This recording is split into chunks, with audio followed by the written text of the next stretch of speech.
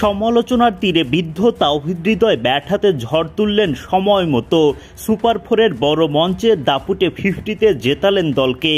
তার আগে অবশ্য বাংলাদেশের জয়ের ভিত গড়ে দেন অর্ধশতক হাঁকানো আরেক ব্যাটার সাইফ হাসান। সাইফের বিদায়ের পর লঙ্কানদের সাথে তৈরি হয় উত্তপ্ত পরিস্থিতি। যদিও দায়িত্বশীল ব্যাটিংয়ে হৃদয়রা ম্যাচটা নিজেদের করে নেন। দাপুটে জয়ে সুপার ফোরে দুর্দান্ত শুরু। শ্রীলঙ্কার দেয়া 169 রানের লক্ষ্যে ব্যাট করতে নেমে ওপেনার তানজিদ তামিম রানের খাতায় খুলতে পারেননি। নুয়ান তুষারার বলে উইকেট হারিয়ে শূন্য হাতে সাজঘরে ফেরত যান। তবে আরেক ওপেনার সাইফ হাসান মারকুটে ব্যাটিং চালিয়ে যান। একের পর এক বড় বড় ছক্কা আসতে থাকে তার ব্যাটে। রান তোলার মিছিলে যোগ দেন অধিনায়ক লিটন দাস। পাওয়ার প্লের 6 ওভারে 1 উইকেট হারিয়ে বাংলাদেশ করে 59 রান। হাসারাঙ্গার বলে উইকেট হারানো লিটন করেন 16 বলে 23 রান। লিটন বিদায় নিলেও দায়িত্বশীল ব্যাটিংয়ে 36 বল খেলে 50 তুলে নেন সাইফ হাসান। দলের রানও বাড়তে থাকে তাতে। সাইফের চোখ ধাঁধানো ইনিংসের সমাপ্তি ঘটে হাসারাঙ্গার বলে উইকেট হারিয়ে। 45 বল খেলে 2-4 ও 4টি ছক্কায় 61 রানের দারুণ একটা ইনিংস খেলে বিদায় নেন সাইফ। বাংলাদেশ তখনও জয় থেকে 55 রান দূরে। কঠিন সেই দায়িত্ব পড়ে হৃদয় শামীমদের কাঁধে।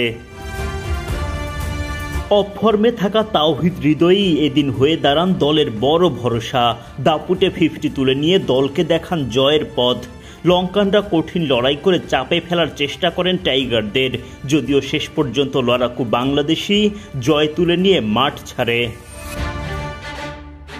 শনিবার এশিয়া কাপের সুপার ফোরে নিজেদের প্রথম ম্যাচে বাংলাদেশ মুখোমুখি হয় শ্রীলঙ্কার। টস জিতে আগে বোলিংয়ের সিদ্ধান্ত নেন টাইগার অধিনায়ক লিটন দাস। কিন্তু ব্যাটিংয়ে নেমে উড়ন্ত সূচনা পায় লঙ্কানরা। তখন টাইগারদের পক্ষে আঘাত হানেন তাসকিন আহমেদ। তাসকিনকে উড়িয়ে মারতে গিয়ে সাইফ হাসানের হাতে ধরা পড়েন প্রথম নিশাঙ্কা। পাগলাটে উদযাপন শুরু তাসকিনের। 15 বলে 22 রান করে ফিরে যান নিশাঙ্কা। লঙ্কানদের আরেক ওপেনার কুশল মেন্ডিসের বিদায় ঘণ্টা বাজান শেখ মেহেদী। মেন্ডিসও ধরা পড়েন সাইফের হাতেই। আনন্দে আত্মহারা মেহেদী। শ্রীলঙ্কার দলীয় 58 রানে গিয়ে দ্বিতীয় উইকেটের দেখা পায় বাংলাদেশ।